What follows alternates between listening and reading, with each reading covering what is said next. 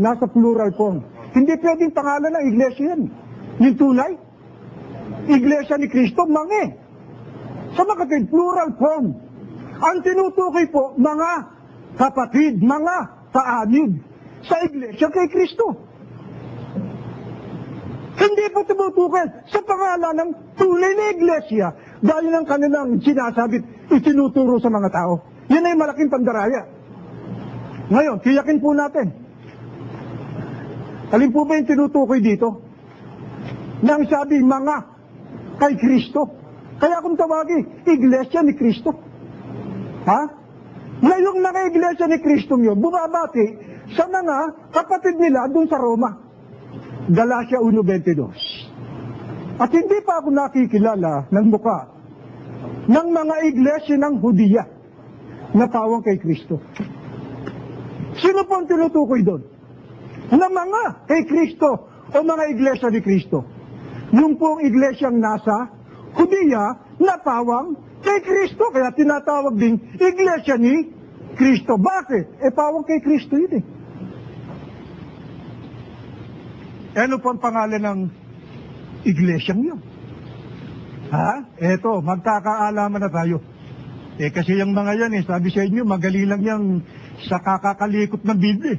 Pero ang totoo, wala naman naintindihan sa Biblia yan Eto ang pangalan. Nung iglesyang yan na nasa Hudiya, na kay Kristo. Pawang kay Kristo. Dito sa 2:14 ng unang Tesalonika. Sapagkat kayo mga kapatid, ay nagsitulad sa mga iglesia ng Diyos na nasa Hudiya kay Kristo Jesus. Ano po ang pangalan ng iglesyang yan? Na kinabibilangan ng mga alagad? Na nasa Roma at ng mga bumati sa kanila? Iglesia ng ano po? Iglesia ng Diyos. Bakit ang banggit? Mga iglesia ni Kristo. Kasi yung iglesia ng Diyos, kanino din yun? Kay Kristo rin yun Pawang kay Kristo yun Pero ang tunay na pangalan ng iglesia ng Diyos. Tapos sasabihin nyo, iglesia ni Kristo. Malaking pagkakamali yan, mga kaibigan. Yan ay isang pandaraya na ginagawa ng iglesia ni Kristo at itong napakasakit.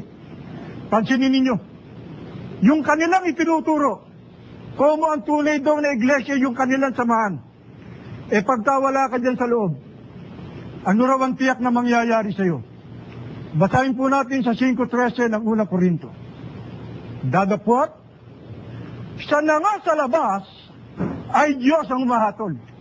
Ayon sa turo ng Iglesia ni Kristo ni Manalo, ano daw ang mangyayari? Pagka ang tao'y nasa labas ng iglesia nila, ang sabi, nasa labas hahatulan nino ng Diyos. Tumututol ba tayo? Yung nasa labas ng tunay na iglesia, hatulan ng Diyos. Hindi tayo tumututol. Ang tinututulan natin, yung sinasabi nila, na sila ang tunay na iglesia. Pero yung sinasabing yung nasa labas ng iglesia, hatulan, totoo po yun. Ano ibig sabihin ng hatulan? Hindi maliligtas. Nakakatuwa yung tanong nila dito, mga kababayan Sa ika-4 na bahagi ng tanong, dahil dito, maliligtas ba ang ayaw pumasok sa iglesia ni Kristo? Maliligtas ba raw yung ayaw pumasok? Babasahin niyo yung 5:13, nasa labas, Diyos ang hahatol. Sa makatindaan niya, hindi maliligtas, bobo. Yan talampakan ko sasabihin sa inyo. Salamat sa Diyos at napunta ko rito.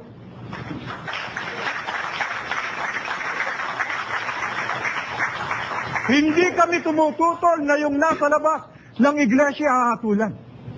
Pero hindi ang kahulugan ng hahatulan, hindi ka maliligtas. Ang ibig sabihin ng hahatulan ng Diyos, mga kababayan po namin, Diyos na bahala sa kanila. Halimbawa, paano yung mga tanggol? Hindi naman napangaralan niya. Di ba? Paano yung mga yan? Lalo't wala sa iglesia ni Kristo. Paano yung nasa malalayong lugar? Mga remote areas na hindi naabot ng pangangaral. Kung wala pa sa iglesia ni Kristo, hindi na maliligtas. Malaking kagabuhan yan. Kaya yung mga turong yan, mga kababayan, ay turo na ginagawa ng iglesia ni Kristo ni Manalo para ipakilala lang na di umano sila lang ang maliligtas. At ito ang lalong kasaklap-saklap. Pakinggan po ninyo to mga kaibigan sa loob ng Iglesia Katolika. Tingnan ninyo kung paano nila pinatunayan yung kaugnay na kanilang pagtuturo na talagang sa loob lang daw ng Iglesia ni Cristo ang kaligtasan. Sa pasugo, sa Agosto 1961, page 39. Tingnan nyo mga kawalangyaan ng mga yan. Tingnan nyo kung papayag ang mga miyembro ng Iglesia Katolika at Protestante, iba't ibang sekta ng pananampalataya. Ito ang sinasabi ng Iglesia ni Cristo ni Manalo.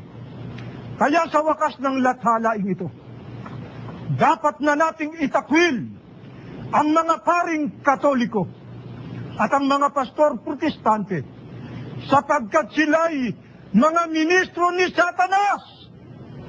Dapat na rin nating itakwil ang Iglesia Katolika at ang iba't ibang Iglesia Protestante sapagkat sila'y hindi sa Diyos, kundi sila'y kay Satanas o sa demonyo. Tingnan ninyo, pagkarolabas ka sa Iglesia ni Cristo, patay na bata ka. Maisipin mo, Katoliko, tagapangaral yan, Protestante, tagapangaral yan, sa demonyo daw at kanino? Kay Satanas. Buti, kung yung tagapangaral lang yan, mismong nariyan.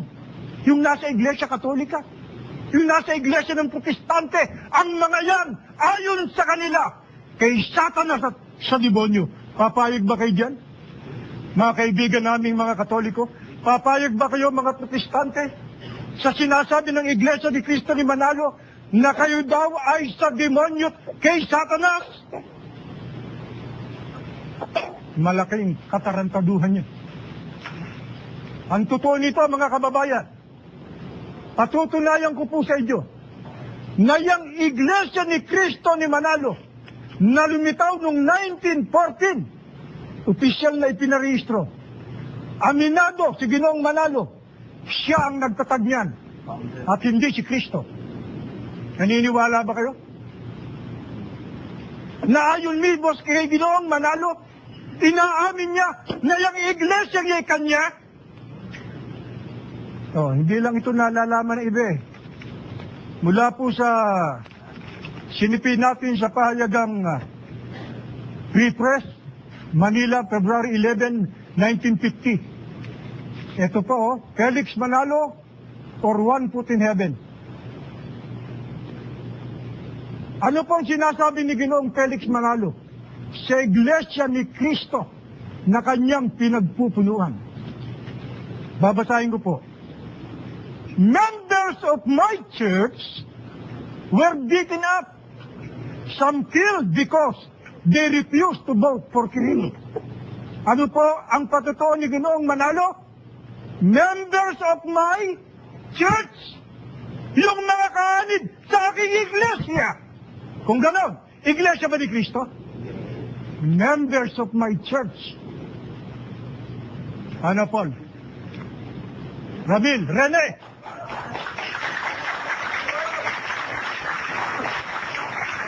Kaya mga may tungkulin, mga kapatid sa Iglesia ni Cristo at mga kababayan po namin, sana'y patuloy po kayong magtiyaga sa pakikinig. Marami pa po kaming ilalantad. Galing po kami dyan. Alam namin kung ano-anong mga bagay ang nariyan. At alam din namin kung paano namin gigibayin niya sa tulong ng Diyos sa paraang ipangaral po namin tituro ang mga aral na kanilang ipinupunla sa mga tao na dinaraya ang puso ng mga di nakakaunawa.